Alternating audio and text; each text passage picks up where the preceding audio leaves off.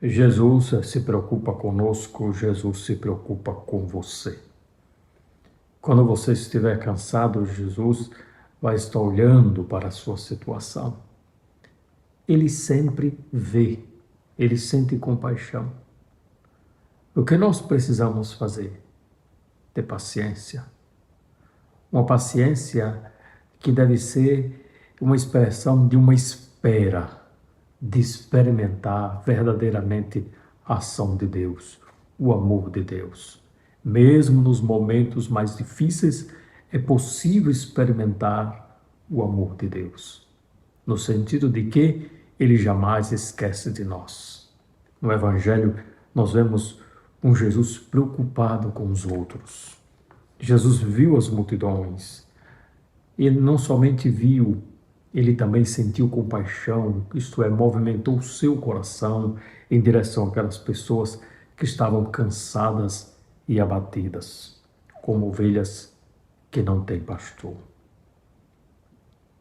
Ovelhas que não têm pastor, então se sentem cansadas, iludidas ou desiludidas, tristes. Muitas vezes nós nos encontramos assim. Parece que não temos ninguém para nos ajudar. Muitos se sentem assim, muitos de nossos irmãos se sentem assim, cansadíssimos. Mas o conselho é ter paciência, olhar para Jesus e pedir ajuda a quem pode nos ajudar verdadeiramente. Então disse aos seus discípulos: a messe é grande, mas os trabalhadores são poucos. E ensina os discípulos, ou pede aos discípulos para que eles peçam, peçam ao dono da messe que envie trabalhadores para a sua messe, que são pastores. Não é qualquer vocação, é a vocação de guiar, é a vocação de pastores, é a vocação de se preocupar com os outros para ver as ovelhas caminhando, para ver as pessoas caminhando. Temos que nos preocupar com aqueles que têm problemas. É muito difícil você escutar uma pessoa que está com muito sofrimento. Tem gente que corre e não quer escutar. Devemos assumir esses sentimentos de Jesus, de ver e sentir compaixão. Sentir compaixão, esses são os dois elementos importantes para um pastor, um verdadeiro pastor. Não, se faltam esses dois elementos, vai ser um aparente pastor e não um pastor. Então Jesus chamou os 12 discípulos, atenção aqui. Jesus chama os 12 discípulos e deu-lhes poder para expulsar os espíritos maus, para curarem todo tipo de doença e enfermidade. Jesus não disse assim para todos que estavam seguindo ele, inclusive a sua mãe, a Maria Madalena, outra Maria, as mulheres que seguiam, e disse: eu vou dar esse poder para todos vocês, assim também como na última ceia estava Jesus e os discípulos. Aqui nós vemos a fundação aqui do sacerdócio. Essa história de dizer agora temos também que ter ordenação de mulheres por causa disso ou daquilo, porque Jesus não escolheu. Então é mais uma fundamentação ideológica que teológica.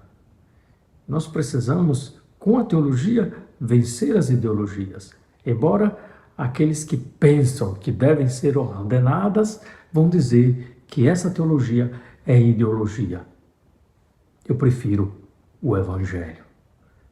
O Concílio Vaticano II insistiu muito que nós deveríamos voltar ao Evangelho.